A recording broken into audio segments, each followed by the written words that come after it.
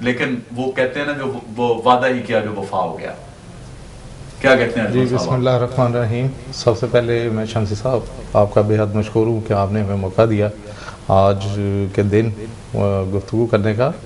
گزارش ہے کہ پیپلز پارٹی جب سے حکومت میں آئی ہے سب سے مین مسئلہ ہمارے ملک میں دہشت گردی ہے. اس کے ساتھ لڑتے لڑتے ہمیں آج تقریباً 4 سال کا عرصہ گزر گیا اور الحمدللہ ہم نے کافی حد تک دہشت گردی پر کنٹرول کیا ہے. یہ میں سمجھتا ہوں اس کو کنٹرول کرنے کے لیے تمام پارٹیوں کا، تمام سول سوسائٹی کا، تمام کا وہ ہے اپنا کوآپریشن تعاون شامل ہے اور اپنا شامل ہونا بھی چاہیے. اگر یہ چیز ہمارے ملک میں دہشت گردی کم ہوگی تو انشاءاللہ تعالی ہمارے ملک میں انویسٹر بھی آئیں گے. ہمارے ملک میں جو کرائسز ہیں، انرجی کرائسز ہے، گیس کا دوسرے ہیں، یہ بھی حل ہوں گے. تو انشاءاللہ تعالی وہ وقت دور نہیں ہے کہ جلد سے جلد ہم نے جو وعدے پورے کیے ہوئے ہیں وہ انشاءاللہ تعالی ہم پورے کریں گے. لیکن وہ آپ کے پاس تو اب ٹائم ہی نہیں ہے، آپ تو الیکشن میں جا رہے ہیں. کیا وعدے لے کے جائیں گے؟ نئے وعدے کیا لے کے جائیں گے آپ؟ انشاءاللہ تعالی ہم آنے والے دنوں میں آپ کو اچھا پروگرام دیں گے اور آپ محسوس کریں گے کہ پاکستانی عوام کو ریلیف. اچھا اجمل ہاشمی صاحب، یہ لمحہ فکریہ نہیں ہے کہ روٹی کپڑا اور مکان کا نعرہ لگا کے آنے والی جماعت جو ہے اس کے دور میں 4 سالہ دور میں عوام کے منہ سے نوالا بھی چھین لیا گیا اور مکان تو دور کی بات ہے، کپڑا بھی چھین لیا گیا. شمسی صاحب بات آپ کی ٹھیک ہے، لیکن آپ دیکھیں جو ہم نے پیچھے فوجی دور دیکھے ہیں، جیسے مشرف کا 9 سال کا دور تھا، مشرف صاحب نے جو کام کیے ہیں ان کی وجہ سے آج جو ہمارے ملک کے حالات ہو گئے ہیں وہ ہمیں ایک ورثے میں ملے ہیں. اب ہم اسے آستہ آستہ ٹھیک کر رہے ہیں. جیسے ہم نے اپنا انرجی سیور پہ اس پہ بھی کام شروع کیا ہے، کولے سے ہمارے سائنسدان جو سے ملک کے وہ کام کر رہے ہیں. تو انشاءاللہ تعالی آنے والے دنوں میں بہتری کا دن ہی ہے اور ان قریب انشاءاللہ تعالی ہم آپ کو آئندہ بجٹ میں بھی انشاءاللہ تعالی عوام کو ریلیف دیں. اللہ کرے جی.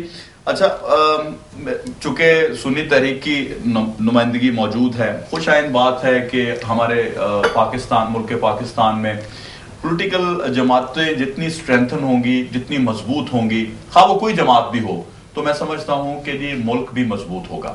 تو سیاست جو ہے وہ ہونی چاہیے پازیٹیو سینس میں. آپ سیاست میں آئے ہیں، چونکہ آپ حکومت میں ابھی تک نہیں آئے. آپ نے اجمل ہاشمی صاحب کی گفتگو سنی، کیا آپ سمجھتے ہیں کہ جی یہ ان کا جو خیال ہے وہ درست ہے کہ جی ابھی ان کے پاس وقت ہے کہ جی ہم آگے پروگرام دیں گے؟ کیا لوگ ان پہ اعتبار کر لیں گے؟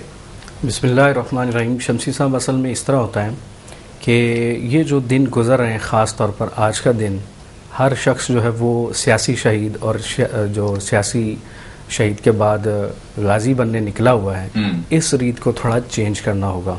جو آپ نے کہا کہ احساس ذمہ داری ہے، آپ یہ بتائیں کہ جس گورنمنٹ کے پاس، یہ پہلی پیپلز پارٹی گورنمنٹ ہے کہ جس کے پاس سینٹ کا چیئرمین بھی ہے، جس کے پاس پریزیڈنٹ بھی ہے، جس کے پاس وزیر اعظم بھی ہے، جس کے پاس وزرائے اعلیٰ بھی ہیں، آپ کو اور کیا چاہیے؟ اور تمام وزیروں کی فوج ظفر موج ہے. جی جی، ایک لمبی چوڑی فوج بھی آپ کے پاس موجود ہے. اس کے باوجود آپ یہ کہیں کہ ہمیں موقع نہیں ملا. یقیناً دہشت گردی کے اوپر انہوں نے کام کیا ہوگا، مگر ہمیں تو نظر نہیں آتا. کراچی میں روز لاشیں گرتی ہیں، کوئٹہ میں روز لاشیں گرتی ہیں.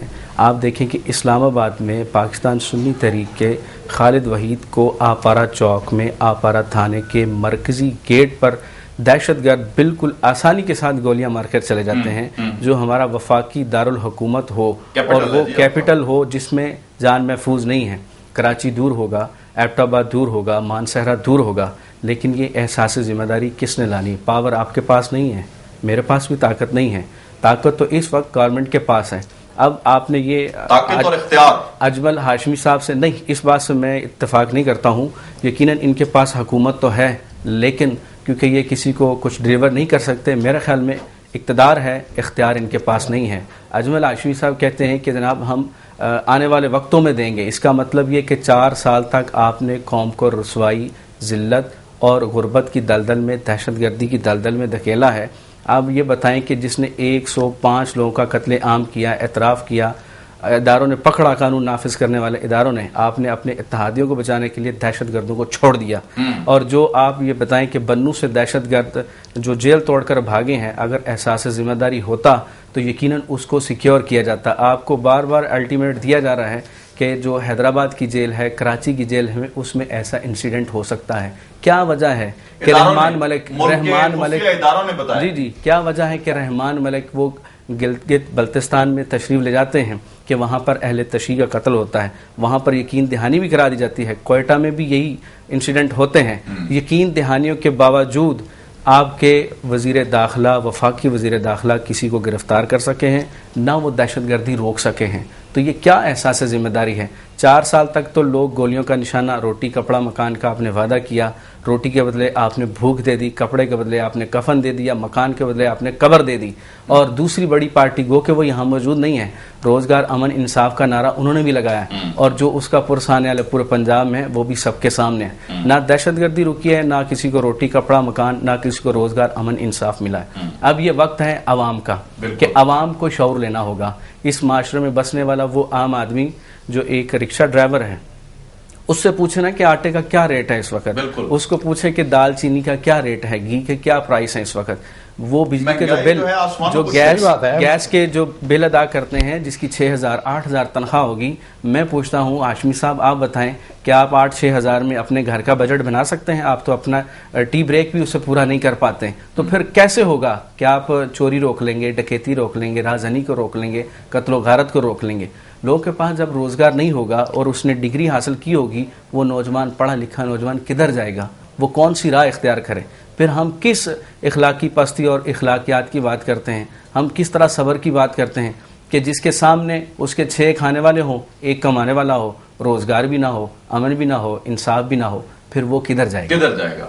دیکھیں جی، اتنی تفصیل سے انہوں نے، میں سمجھتا ہوں کہ اس وقت عوام کی بات کی ہے انہوں نے، ٹھیک ہے، عوام کے جذبات جو ہیں وہ اس وقت یہی ہیں، بلکہ اس سے بھی آگے ہیں، تو آپ کیوں کچھ نہیں کر رہے؟ آپ کیوں ہاتھ پہ ہاتھ دھرے اور یہ اپنا کوئی مہنگائی کنٹرول نہیں ہوئی؟ آپ سے وعدے آپ نے کیے مہنگائی ختم کرنے کے، فوجی سے جان چھڑوانے کے، انصاف دلانے کے، لوگوں کے ساتھ روٹی کپڑا اور مکان کے، اور بجلی کی لوڈ شیڈنگ ختم کرنے کا وزیر جو راجہ پرویز اشرف نے جو وعدہ کیا تھا وزیر صاحب نے، وہ بھی وفا نہ ہو سکا۔ پھر وہ رینٹل پاور میں ملوث ہوتے ہیں منصوبوں میں، اور ثبوت ملتے ہیں، شواہد ملتے ہیں آپ کے مختلف وزراء کے اگینسٹ، جو گھناؤنے جو کرائم ہیں، جس میں حج کرپشن ہے، جس میں جناب رینٹل پاور منصوبے ہیں، ایون وزیر تجارت جو ہیں مخدوم فہیم صاحب جو ہیں، ان کے بھی اکاؤنٹ سے جو ہیں پیسے برآمد ہوتے ہیں۔